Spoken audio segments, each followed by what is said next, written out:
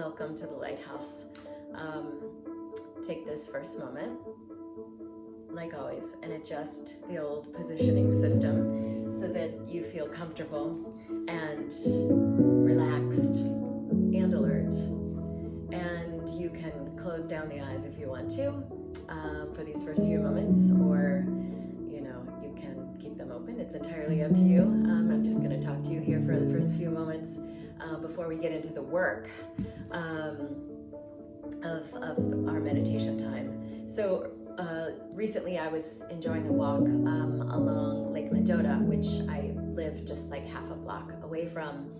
And here on Lake Mendota, there's many little pocket beaches. And I decided to visit one of the beaches that I used to frequent all the time when I taught at the University of Wisconsin here in Madison. And it was a little pocket beach that was right behind my office, and I referred to it as Glass Beach because it was always somehow, seemingly, magically, littered with pieces of beautiful lake glass that were like treasures, little gifts, always there waiting to be discovered and picked up. And when I was there on this walk, I collected a whole handful of this lake glass, and it's now sitting in the middle of the charcuterie board on the dining room table. And I've been thinking about beach glass. I've been thinking about sea glass, and in this case, lake glass, and how it's an extraordinary metaphor for what we all hope for. At the start, the glass was, initially not of that much value. Maybe it was part of a greenish Coke bottle. Maybe it was a cheap brown cough syrup bottle. Maybe it was an olive oil bottle. Maybe it was a blue drinking glass. So at the beginning of the journey, it was this thing, right? And when the product got used up, it got tossed in the bin and eventually broken. And some of the pieces found their way into the ocean, or in this case, into the lake. And for a long time, the glass lives its life in the rough and tumble of the washing machine of the water, roiling through the whims of storms and the bleaching of the sun. And over time, all of its sharp edges began to gradually wear away in the water's constant movement. And eventually, this piece of glass becomes something that it wasn't prior. It's even, I dare say, reborn. It is transformed. The color is more subtle. It's more translucent. It's maybe even more ethereal. Its frequency is transparent, and it's certainly, undeniably something lovely, right? And the same thing happens to us when we start again and stay in a repetitive relationship with this meditative work. We keep our edge, the right kind of edge, but we also lose all those edges that seem to be problematic. And we take on a new shape. We become singular, breathtakingly unique, and that's so meaningful. Anyway, I just wanted to share my musing upon, the sea glass, the lake glass, and how we are not that unlike that bit of glass in the water. So let's begin. This next meditation, this first meditation today, is an appropriate point of departure after my little tumbling glass story. So this is the whirlwind kriya. You're going to create a shape with your hands, as we always do. So conjoining the pinky finger, the base of the palm, and the outer edge of the thumb. Okay, so this is happening. And then you're going to bring your forearms, wrists, and elbows all together, like I'm demonstrating. Now, you're going to work with it's kind of like the Mobius loop that's at the level of the heart's center. So I want you to just get that feeling. You know, it's like the infinity symbol. It's one continuous plane. So you're swirling the heart center through that shape, okay? And the gesture, by its very nature, is potent, but it's also immeasurably subtle, okay? So I want you to create, for the time being, for the first few sets of breath, we're going to just hover this mudra, this Padma mudra, here in front of the chest and in front of the face. The mudra is going to be in front of the face, so your thumbnails, if you will, are going to be aligned with your brow center, like I'm demonstrating, but not literally touching. There's definitely like 3 to 5 inches of space between the thumb and the forehead. And then find the Mobius loop at your heart center and open up your heart, okay? Breathing in deep through the nose and breathing deep out of the nose. Keep your forearms, wrists, and elbows fused together as if this forearm portion, both of them, were singular, okay? Getting life force, getting chi elevated up into the heart center and opening of the heart center. So just a couple more passages through the Mobius loop, opening up the heart's abode.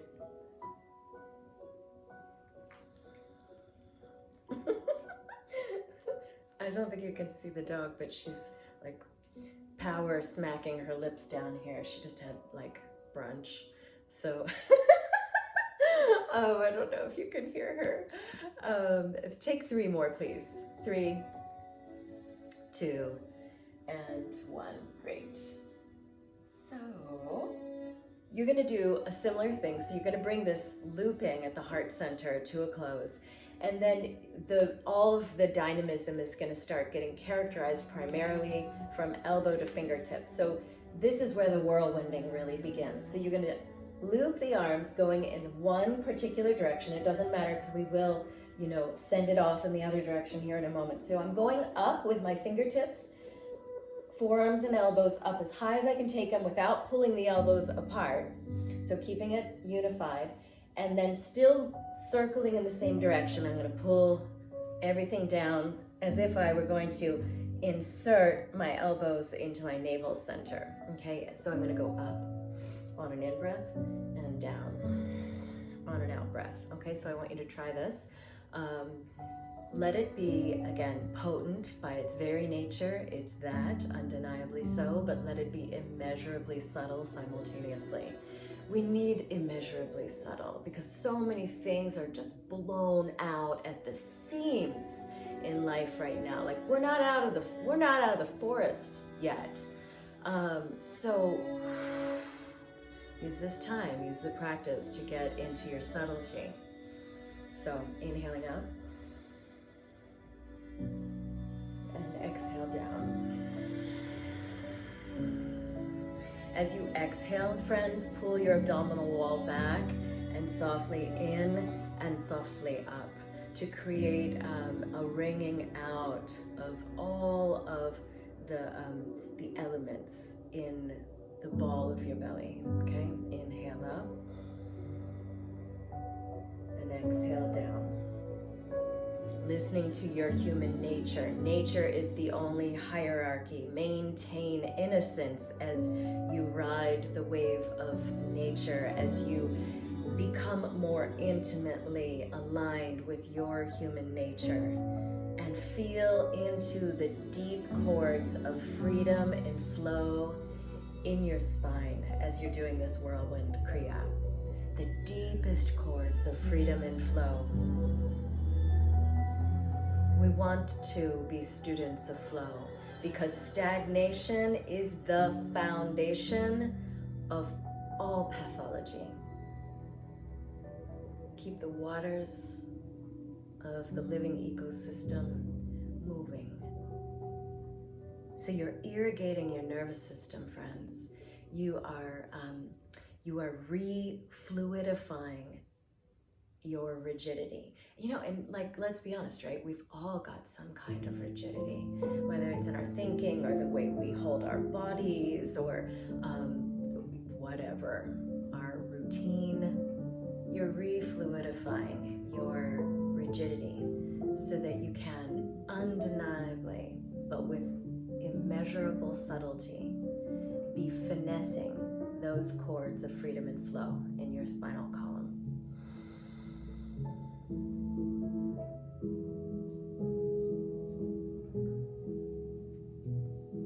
Good, now go the other way. So if you were going to the right, circle to the left, inhale up, and exhale down.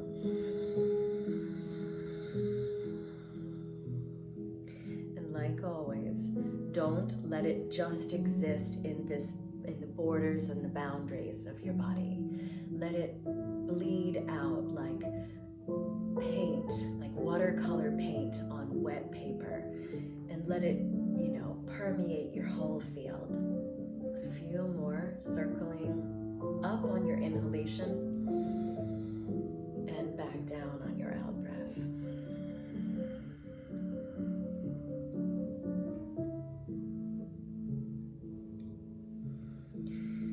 And be present as you practice. Be present enough that what you're thinking, what you're saying, and in this case, what you're doing is getting etched in the grid of existence. It's getting etched in the grid of Earth. The caliber of your presence is meaningful enough that it's going to be remembered. And it's of a caliber that is capable of being of service. And so in this moment, what you're doing is serving you as a practitioner, and it's steering you into your neutrality, into your meditative mind. All right, so go ahead and bring it down, bring it to a close. So we're going to clasp our hands like so, and then the thumb, so you're going to, first of all, you're going to bring the woven fingers to the brainstem, okay? And then you want to engage the chin so that you're stimulating the thyroid and the parathyroid. So notice I'm not like looking all the way down and locking my neck, but it is a kind of bandha, it is a kind of lock, but it's also simply ensuring that I don't have, or you don't have, a kink or a chink in the back of the neck. So I've got the chin down, and then the elbows are really vibrant and they're up like a V, so that victorious form. And then be sure that your shoulders are really relaxed as you're in this posturing. So again, it's potent by its very nature, but we're using rhythmic repetitive cycles today that are mellow. Sometimes we're like wild horses, and we do very we have a frequency of ferocity, but today we're bringing more yin chi into the system. Okay, so you're going to turn to the left on your inhalation, and you're going to turn to the right on your exhalation. Inhaling through the nose and exhaling through the nose. Okay, and I want you to really focus on how you're lightening the heavy load. You're like in your own little frequency nest here. So feel through how you are consciously giving your brain more space. We need to know, and we need to feel. It can't just be an idea, it has to belong to us, right? It has to be a revelation. We have to feel the space that's always around us. So I want you to use this meditation to get into just that. You're going to look at the tip of the nose, which is going to pressurize the master gland and get it so that it's secreting the amrita. The thumbs will be extended on the back side of the left and the right sides of the neck. Okay, so inhale left and exhale right. Stay in this.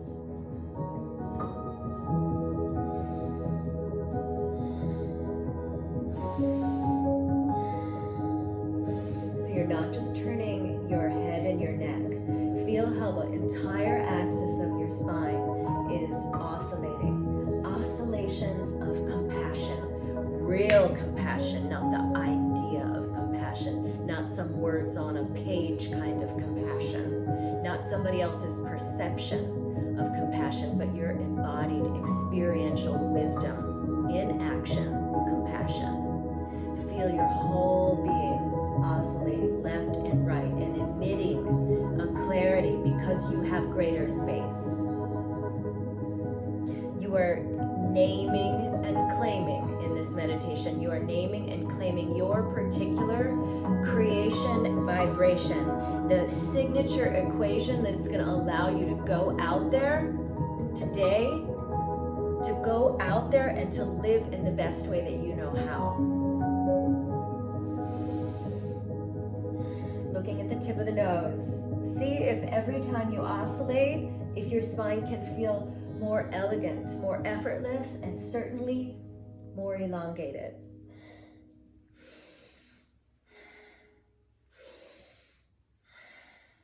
Alert relaxation. So keep your shoulders relaxed. So when I was talking about stay in the meditation as I talk, right? As I was talking about the sea glass or the lake glass that is in the rough and tumble whims of the water as it's going through its big transformation. You know, we can kind of like splice that in as we evaluate the nature of postmodern humanity. Like 80%, my mom used, when I was a little kid, she used to always say, like, Lisa, 80% is just mediocre, just getting by, you know? And she was right. Like 80% of humanity is in the rough and tumble of the washing machine, in the, just the karmic, iterative, like going through the motions, surviving but not thriving. Like a lot of us are just doing it that way. But then there's the other 20%, right? That are here doing useful, meaningful, compassionate, serviceful things with their energy. So that's what I'm pointing to when I talk about, your particular creation vibration, the signature equation that allows you to not just show up and shine for the grace and glory of your own journey, but yes, that, but to also have a quality of presence that makes a difference in every nanosecond, in every conversation, every moment, sitting up longer and stronger, brighter, lighter, more alive. Take 5 more oscillations so we can go out into the world with dignity, lightness, brightness, humor, and forgiveness, with exalted manners, and the greatest ability to respond. That's responsibility. The ability to respond, not to be lost in our rage or our pain, and therefore reacting all the time, but to be responsible. Unconditional embodiment. My guess is that you've done your 5. So just take a moment to digest that, as if you consumed the fruit of the meditative methodology. Just take a minute to assimilate it. Let it become your blood. We have to make sure that the experiences become our own. Otherwise, they're just fleeting, like a bird or a plane in the sky, and then they don't belong to us. I want you to name and claim and own. I want you to occupy these methodologies, and I want you to apply them repetitively, with depth, in a way that is profoundly affecting who you are becoming it's, you know, as Sharon Salzberg, who's like been one of the most amazing meditation teachers in the West in this time, you know, she talks about starting and starting again, starting and starting again. We have to apply it when it's easy, and we have to apply it when it's really difficult. We have to just always be applying it every nanosecond, falling into the practice. All right. So last week I offered you one version of a tongue lock that's part of like a whole family of tongue lock practices. So we're going to stay in that space a little bit with a few extra additions. Just need to reconfigure the fur baby in my lap here. Sometimes she makes my leg go to sleep when she's sitting there. So, all right, we're going to work with Khechari Mudra, and we're going to work with Shambhavi Mudra, and we're going to work with a meditation that is to assist the practitioner in seeing the unseen, to see with the eyes closed. So a lot of things are going to be happening. So last week I had us, if you were in last week's class or if you caught it as a replay, we were fusing the top of the tongue with the roof of the mouth in a way that stretches the cord on the bottom of the tongue, which has an immediate and profound effect on the resonance and the signature of the nervous system. You know, so many people in my therapy practice, when they lay down on the table, like I can see that their nervous system is causing their whole, because like we are going through so much right now as human species, and it's affecting so many people, and I can see it. It's almost like bodies are bouncing when they're laying on the table. So this practice that we did last week calms, it soothes the nervous system. So we're not in our red brain, but we're in our parasympathetic dominance. So we're not going to do the same lock. We're going to do a slightly different variation. This is a powerful one. So this is Khechari Mudra. So you're going to take the tip of your tongue and you're going to put pressure on the middle indentation of the roof of your mouth. So I want you to just curl your tongue back and find the soft palate, and try to find the middle of the soft palate. And it's going to make you look weird. And it's going to push the bottom of the chin down, which is going to, especially if you're doing your Jalandhara band, right? So we're not like looking up or having our head crooked. And you'd be shocked how much I see that in real time when I'm working with people. So you do Jalandhara band, right?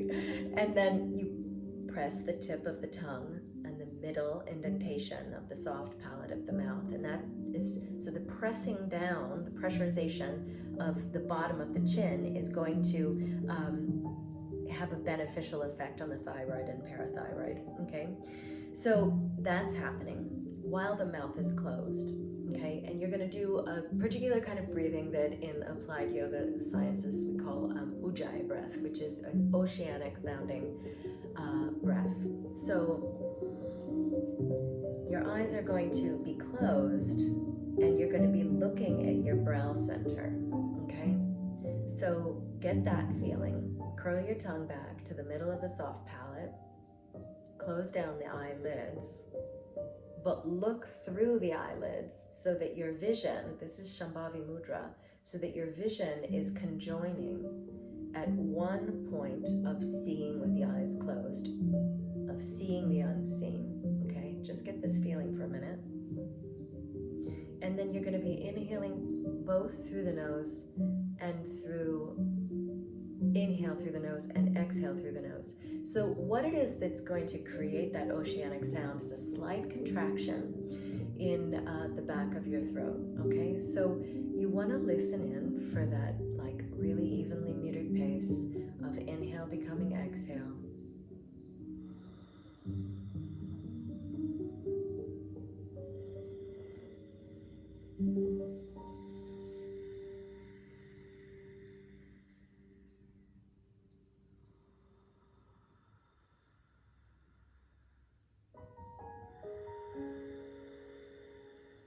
So my hope is that you can hear that. So if your eyes are closed, please open them for one more moment so that you can see the last limb of this kind of triangulation of parts that's very systematized as a meditative set that's going to help you do a whole bunch of things, which I'll tell you about once you dive into the practice. Your right arm is going to be forward with a slight cupping of the hand as if you're catching drops of rain. And then your left hand is going to be in Surya Mudra, so you're going to join the tip of your ring finger with the tip of the thumb. Index and middle fingers are ignited, pinky finger is ignited, and then the eyes are closed. You're practicing Shambhavi Mudra, you're practicing Kachiti Mudra, and you're practicing Ujjayi breath. So basically, with all those moving parts, it's impossible to be in the monkey mind, right? You're in the neutral mind because you're in the meditative space, okay? So get the feeling of this. So again, this is a meditation for seeing the unseen. Seeing the unseen. Make sure you can hear your breath, friends. Keep your eyes closed down. Stay alert. Be relaxed. It's about the brow center, and your brow center has everything to do with recognition, with intuition, with imagination, visualization, dreaming, and perception. And when a person, when you have a strong and developed brow center, you can see the unseen, and you can come from a deeper state of natural knowingness. So a person with a strong brow center doesn't really need to have any kind of lengthy inner dialogue to know what is needed in a situation. They just know. You know. You've always known. You're always gonna know. And that's what we're getting into. We're dialing this in. A person with a strong brow center also has easy access to deep meditative states and experiences. One with a strong brow can also recall their dreams. This is good news. And you know, the flip of the coin is when the brow center is unbalanced, it can result in rigid one-way thinking, it can result in insensitivity, delusion, poor concentration, denial, and an inability to know what the next right action is going to be for a good tomorrow. And you know, if you feel like you have deficiency or even imbalance in your brow center, don't worry, because very few of us have gotten any kind of good training in what it means to trust our intuition. So to strengthen the brow center turns us from being lifelong dreamers into meaningful doers. And feel balance populating beneath the brow center as well, so that the work that's going on in this meditation, in the triangulation of all these systems, it's anchoring you, and it's also fertilizing you. Your brow center has to do with your perception. We all have perceptions. Perception is created from our upbringing, it's created from our environment, it's created from our beliefs. And when we mistake perception for our intuition, that's when we find ourselves getting in all kinds of crazy trouble, you know, at all the levels. Perception isn't always reality. It's a version of sometimes limited reality. So here you are, you're balancing your brow and challenging your perception to always seek what is actually real, no matter how uncomfortable, to get to the truth of the reality of what is. And this is what I'm pointing to, you know, when I say Sat Nam.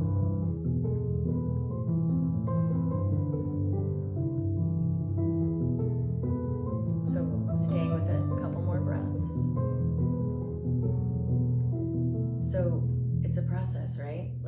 everything in the IP universe. It's all a process.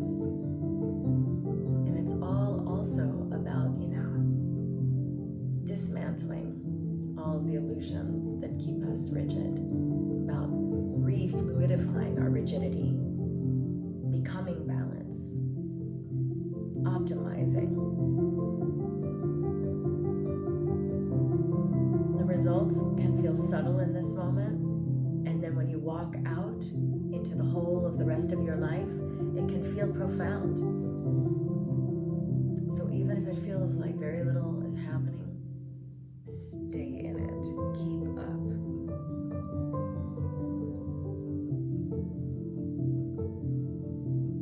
This is the process of seeing without the eyes being open.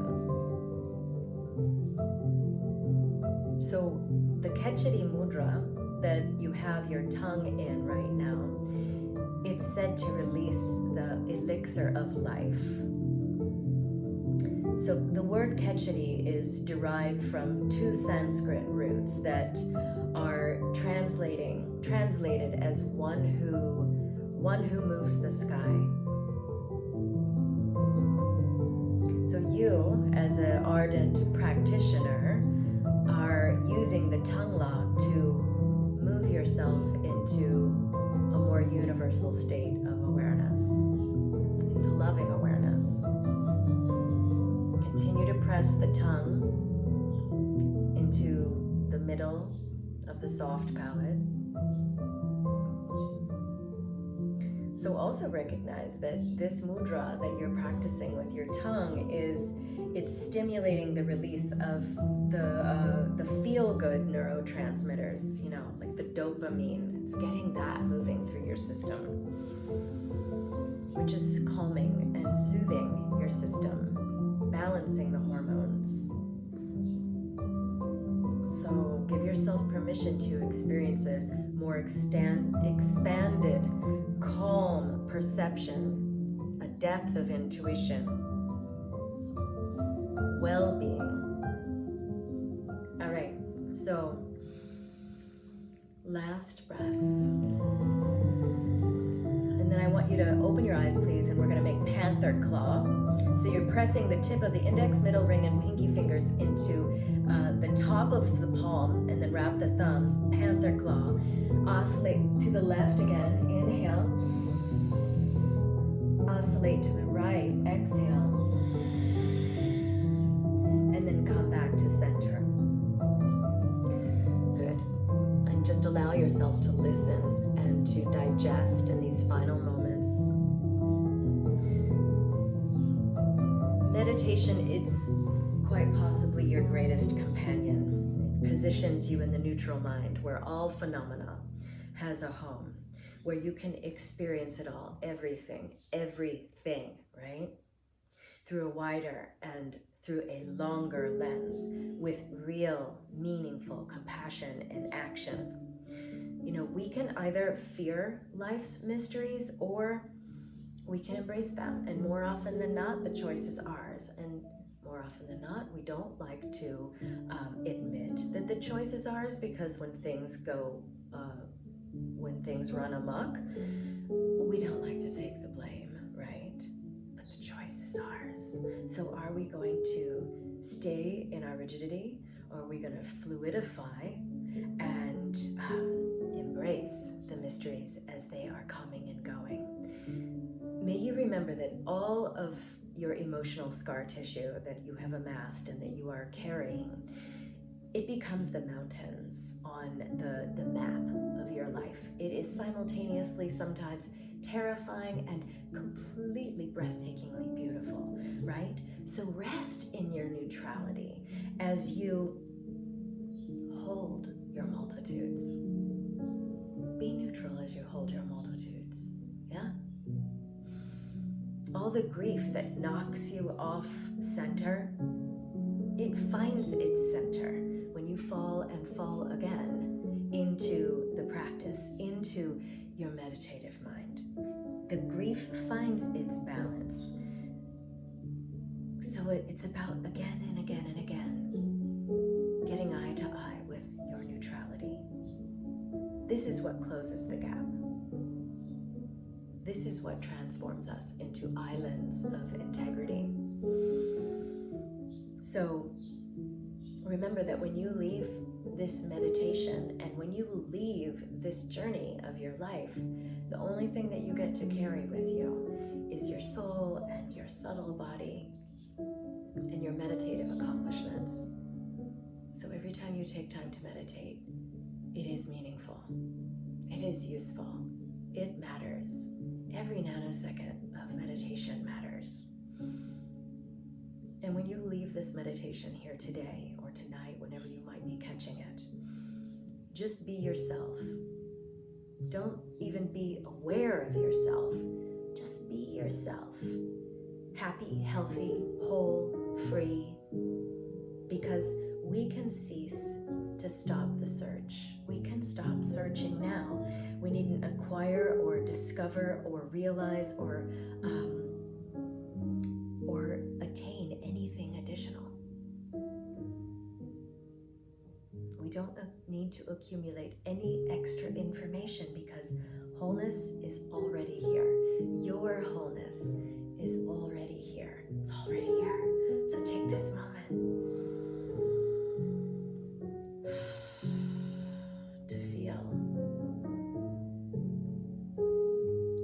to feel the feeling of just being yourself.